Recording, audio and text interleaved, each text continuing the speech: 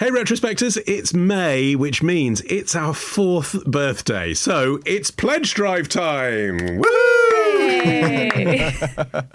It takes hours of planning, writing and recording to make each episode of this show. And we don't have any big bucks behind the scenes. We're an independent podcast. So if you want to help us keep going for another glorious year, then join CLUB Retrospectors. Just hit subscribe in Apple Podcasts or head now to patreon.com/retrospectors. You chose to hit play on this podcast today. Smart choice. Progressive loves to help people make smart choices. That's why they offer a tool called Auto Quote Explorer that allows you to compare your Progressive car insurance quote with rates from other companies. So you save time on the research and can enjoy savings when you choose the best rate for you. Give it a try after this episode at progressive.com. Progressive Casualty Insurance Company and Affiliates. Not available in all states or situations. Prices vary based on how you buy. Running a business comes with a lot of what-ifs. But luckily, there's a simple answer to them. Shopify. It's the commerce platform behind millions of businesses, including Thrive Cosmetics and Momofuku. And it'll help you with everything you need. From website design and marketing to boosting sales and expanding operations, Shopify can get the job done and make your dream a reality. Turn those what-ifs into... Sign up for your $1 per month trial at shopify.com/special offer. It's May 13th, 2017, and another remarkable event is about to be uncovered by Arion, Rebecca, and Olly, the Retrospectors. So this is the day that a 22-year-old from Devon called Marcus Hutchins managed to kill a massive international ransomware attack called WannaCry, and he managed to do that from his parents' house in Devon. You will remember this story if you live in the UK because it's the attack that affected the NHS, our health system. So 20,000 appointments and operations were cancelled, X-rays and test results and patient records became unavailable, and Theresa May had to make a statement as if she knew what ransomware was. It exposed the fact that the NHS was still using thousands of computers with Windows XP more than 10 years after Windows XP had been replaced. But I know how to right-click. I'm not sure that situation's got any better since then, by the way. I don't recall the story in which suddenly the NHS was going to get all brand new computers. But the reason it was called WannaCry, this particular ransomware attack... Well, do you know, Arion? Do you know the reason it was called WannaCry? I think it was because of the file extension, which was .wncry or something. That's exactly it, WNCRY, which I think is better than calling it wankery, although that might be the better title. And more accurate. The group of hackers known as the Shadow Brokers had stolen from the National Security Agency this method of encrypting files and then being able to hold them to ransom. Obviously, that's not what the National Security Agency wanted to do with the technology, but that's what they used it for. And it didn't just infect the NHS. They wankerily also infected the Deutsche Bahn, Renault, Nissan, Honda, Telefónica, FedEx, Boeing, causing up to, perhaps some estimate, $8 billion in damage. Don't you reckon that, like, hacker names are so inspired by 80s sci-fi films? It's not surprising, I suppose, given that it's, like, tech boffins who are behind it. But, like, what were they? Shadow Force? Or whatever they... Yeah, the Shadow Brokers. The Shadow Brokers, yeah, it's... very Philip K. Dick. You can imagine them age 13 in the school computer room, can't you? Yeah. You know exactly who they were. Some of them were. When you read into Hutchins' story, which is a fascinating story, you do start to expose how young he was when he first got going on being a hacker and how much of his own skill set, which he impressively built up almost entirely himself, just through being super passionate about it, emerged when he was a really little kid. And honestly, I am living in fear already of when my young daughter, who's still under 2, but when her own tech comprehension becomes better than my own, and I know that it's only a few years away. That's, where the tipping point where your child is better at technology than you is probably the thing that gets younger in each generation, isn't it? Yeah. Like it used to be that we'd all grow taller than our fathers. Like I feel like I'm not sure my children will be taller than me, but they're definitely going to be more technically proficient by the time they're in double digits. Hutchins' mum tells about how she tried to keep him off the internet and he would just respond by creating, workarounds, and it got to the point where she threatened to sever the internet connection entirely because he'd actually kicked her out of their own broadband. Yeah, my favourite story from that, actually, because I wasn't a computer nerd school, but I definitely was on the Venn diagram of kids that hung around the library and the computer room. I could, I was able to go between both. Oh, wow, an all-rounder. Yeah. The double threat. To work around the protections that the school had put in place to stop people being able to look at whatever they wanted on the internet, he managed to build his own proxy in Microsoft Word that enabled him to look at whatever he wanted. I bet he only used it to look at programming stuff as well. Yeah, exactly. Stuff that actually, if he'd have just explained why he wanted it, they'd be like, yes, of course you can learn computers. That's why we have computers. I wonder if he was also really handy with Clippy and WordArt. You know, that gets left out the Wired profile. But if he's that good that he can build a proxy programming language in Word, presumably he can also do an absolutely kick-ass flyer. Hutchins was still a teenager at this point, and I think this is like a really good example of the fact that your technical development can run so far ahead of like your moral and ethical development. We don't know a huge amount about Hutchins. He's quite private, but he comes off as a nice guy. And then this character Vinny sent him drugs using Silk Road. I mean, you meet a guy called Vinny in a hackers forum on Silk Road, and the next thing you know, you're doing something illegal. It's just so weird.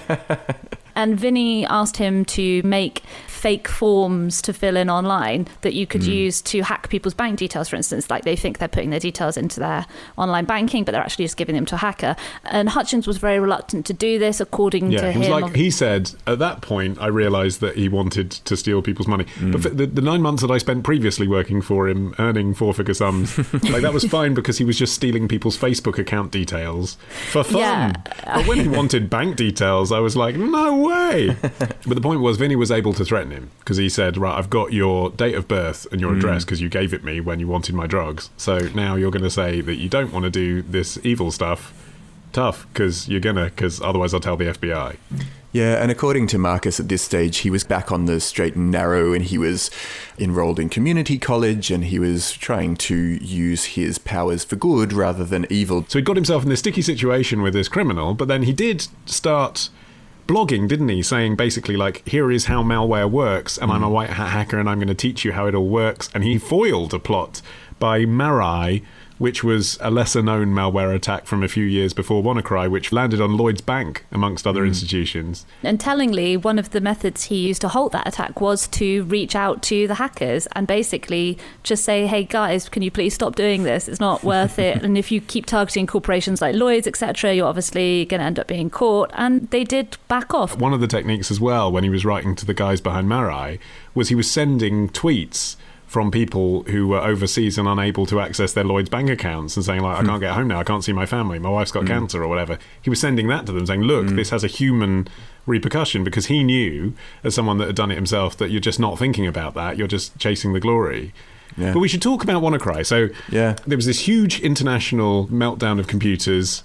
Marcus takes it upon himself to try and work out what's going on here. I mean, he also has a paid salary from a US company looking into malware, so I mean, there's a benefit to him to look into how this malware is working. But he's actually on holiday when the whole thing strikes. And so this sort of ties into what you're saying, Olly, about the sort of the interest that hackers have. They're just interested in the process, and they then kind of forget about the morality. But on holiday, he sees Twitter starts blowing up and this thing's going down. And so he then logs on, partly out of interest, try to solve the problem. And that's what leads him to finding this really quite creative solution where he looks through the code. One of his hacker friends sends it to him of the piece of malware that's now wreaking havoc.